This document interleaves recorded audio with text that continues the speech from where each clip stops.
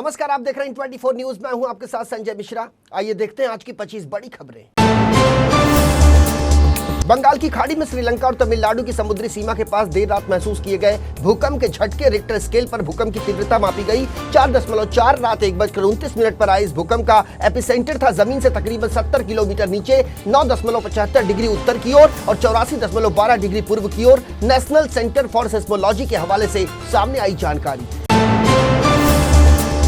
G20 के समापन के बाद प्रधानमंत्री नरेंद्र मोदी देर शाम एक बार फिर से पहुंचे भारत मंडपम और लोगों का किया अभिवादन। इस दौरान मौके पर मौजूद थे कई पत्रकार। भारत मंडपम नई दिल्ली के प्रगति मैदान में स्थित एक अत्याधुनिक कन्वेंशन सेंटर, जहां उमड़े पत्रकारों और कैमरामैन के बीच लगी थी पीएम मोदी की तस्वीरें लेने की होड़।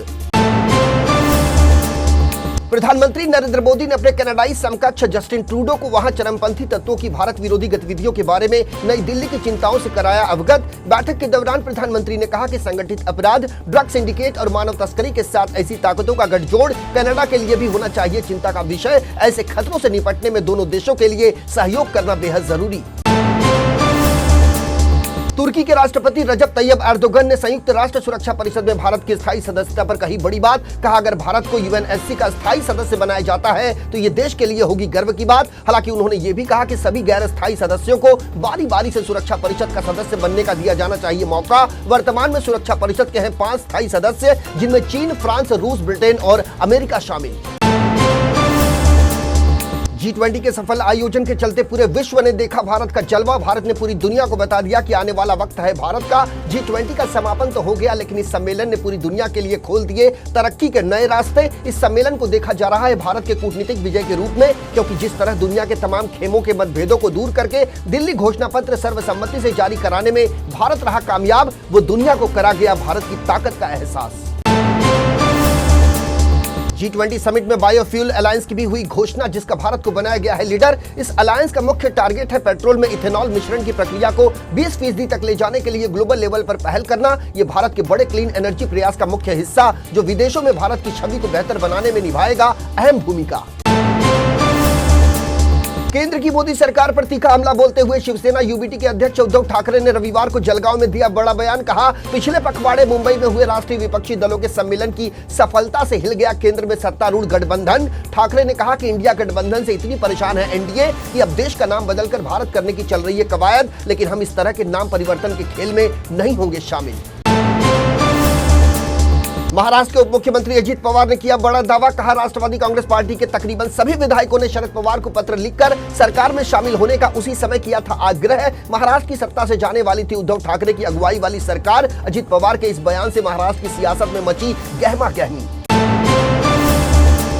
शिवसेना यूबीटी के चीफ उद्धव ठाकरे ने किया बड़ा दावा। कहा, उत्तर प्रदेश के अयोध्या में श्री राम मंदिर के उद्घाटन के लिए बसों और ट्रकों के जरिए बड़ी संख्या में लोगों को आमंत्रित कर सकती है सरकार, लेकिन जब ये लोग वापस लौटेंगे तो हो सकती है गोधरा जैसी घटना। उद्धव ठाकरे ने बीजेपी आरएसएस की आलोचना करते हुए कहा कि उनके पास ऐसे प्रतीक नहीं है जिन्हें लोग माने अपना आदर्श।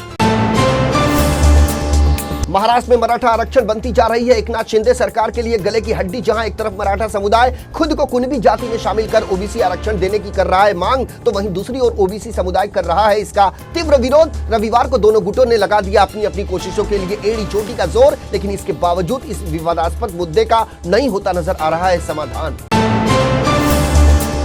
राजस्थान में पिछली बार हुए विधानसभा चुनाव की गलतियों को सुधारने में जुटी कांग्रेस पार्टी। जानकारी के मुताबिक राजस्थान विधानसभा चुनाव में इस बार 65 से 70% नए चेहरों को चुनाव मैदान में उतारेगी कांग्रेस पार्टी, तो वहीं दूसरी ओर 50% मौजूदा विधायकों के टिकट कटने की खबर। टिकट का चयन करने के लिए पहली बार मल्टी लेवल वर्किंग में जुटी कांग्रेस पार्टी।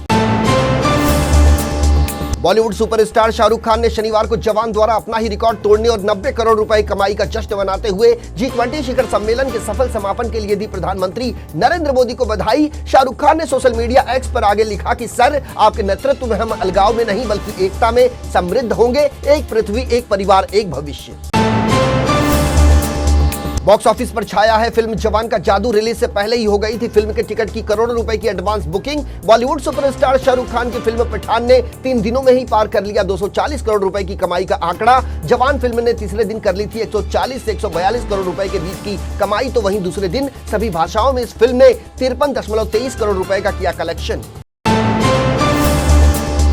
भारतीय रेलवे द्वारा अब यात्रा के दौरान कम कीमत पर यात्रियों को दिया जाएगा खाना। इसे लेकर रेलवे ने एक नई स्कीम को किया लॉन्च, जिसकी खासियत यह है कि अब यात्रियों को केवल 20 रुपए में भरपेट मिल सकेगा खाना। इस स्कीम के तहत यात्रियों को 20 रुपए और 50 रुपए में खाने का दिया जाएगा पैकेट। इनमें उत्तर भारत और दक्षिण भारतीय खाने की मिलेगी थाली। इन खाने के पैकेट में पाव भाजी और पूरी सब्जी के अलावा आपको मिलेंगे दक्षिण भारतीय व्यंजन।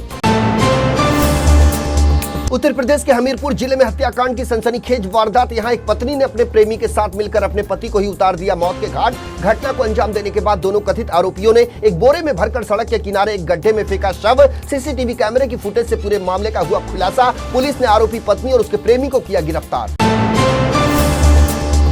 मध्य प्रदेश के नरसिंहपुर जिले में प्रशासन की बड़ी लापरवाही आई सामने। जिला मुख्यालय के बाल सुधार गृह के 7 बच्चे ड्यूटी पर तैनात सैनिक से चाबी छीनकर हुए फरार। इस दौरान बच्चों ने ड्यूटी पर तैनात सिपाही के साथ की जमकर मारपीट। घटना की जानकारी मिलते ही पुलिस ने शुरू कर दी फरार बच्चों की तलाश।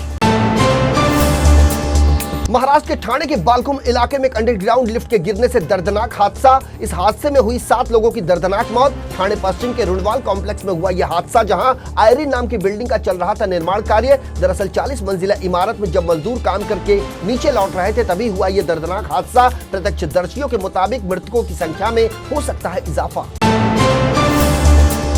महाराष्ट्र के नागपुर शहर में एक व्यक्ति ने शराब के लिए रुपए देने से इनकार करने पर छड़ से किया अपने पिता पर जानलेवा हमला। पुलिस अधिकारी के मुताबिक आरोपी ने पहले अपनी पत्नी को पीटा और बचाव करने आए पिता को भी नहीं बख्शा। बेटे के हमले में घायल पिता की इलाज के दौरान अस्पताल में मौत। आरोपी की पहचान अमित रायपुरकर के रूप में हुई है, जिसे पुलिस ने किया गिरफ्तार।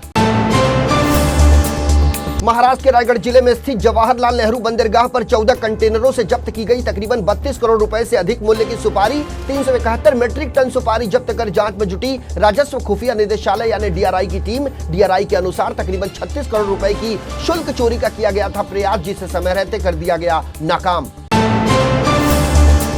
केंद्र सरकार ने विभिन्न देशों में भारत से निर्यात होने वाले बासमती चावल का न्यूनतम निर्यात मूल्य किया निर्धारित, जिसके बाद निर्यात किए जाने वाले बासमती चावल का एमईपी शुल्क हुआ $1,200 प्रति मैट्रिक टन। दरअसल बासमती के नाम पर विदेश में बेची जाने वाली गैर बासमती चावल पर रोक लगाने के लिए सरकार ने उठाया ये कदम। कच्चे गैर बासमती चावल पर रोक के बाद ये देश भर के चावल निर्यातकों के लिए माना जा रहा है दूसरा सबसे बड़ा झटका। अब IRCTC आपके लिए लेकर आया है उत्तर भारत देवभूमि टूर पैकेज। इस पैकेज की बुकिंग करने वालों को मिलेगा भारत गौरव स्पेशल टूरिस्ट ट्रेन के जरिए देश के अलग अलग धार्मिक स्थलों के दर्शन करने का मौका। इस टूर पैकेज के लिए अलग अलग होगा टैरिफ रेट, जो होगा पैसेंजर द्वारा चुनी गई कैटेगरी के मुताबिक। इस पैकेज के लिए 15,300 रुपए प्रति व्यक्ति से शुरू होगा किराया। पाकिस्तान के खैबर पख्तूनख्वा प्रांत में रविवार को सुरक्षा बलों और आतंकवादियों के बीच हुई मुठभेड़। इस दौरान मारे गए 7 आतंकी जबकि 6 आतंकी हुए घायल। दरअसल मौजूदा समय में पूरी तरह से चरमरा गई ये खैबर पख्तूनख्वा प्रांत में कानून व्यवस्था, जिसके चलते यहां आपराधिक घटनाओं में हुआ तेजी से इजाफा। इसको देखते हुए सुरक्षा बलों ने आतंकियों के खिलाफ चलाया बड़े पैमाने पर अभियान। पीओके यानी पाकिस्तान के कब्जे वाले कश्मीर में बसे लोगों ने प्रधानमंत्री नरेंद्र मोदी से की पाकिस्तान से आजादी दिलाने की मांग। पीओके में इन दिनों जमकर हो रहा है पाकिस्तान विरोधी प्रदर्शन। आसमान छूती महंगाई, भोजन की कमी और अत्यधिक कर लगाने के खिलाफ पीओके के शहरों, कस्बों और गांवों में सड़कों पर उतर आए लोग। नाइजीरिया में रविवार को एक नाव पलटने की घटना में 24 लोगों की मौत जबकि कई अन्य लोग हुए लापता। अधिकारियों ने बताया कि मरने वालों में हैं अधिकतर महिलाएं और बच्चे, जो कि नाइजीरिया के नाइजर प्रांत के मोकोवा में नाव पर यात्रा करते समय डूबे। नाइजीरिया की राष्ट्रीय आपातकालीन प्रबंधन एजेंसी के प्रांत प्रमुख जैनब सुलेमान के मुताबिक नाव पर 100 से ज्यादा यात्री थे सवार। बढ़ सकती है मरने वालों की संख्या।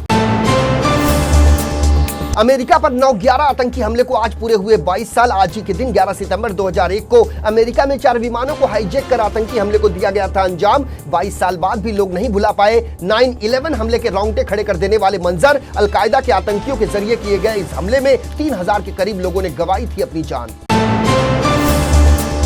तो ये थी आज की 25 बड़ी खबरें। देश और दुनिया की ताजा तरीन खबरों के लिए बने रहिए इन 24 न्यूज के साथ। पूरी टीम के साथ मुझे यानी संजय मिश्रा को दीजिए इजाजत। नमस्कार।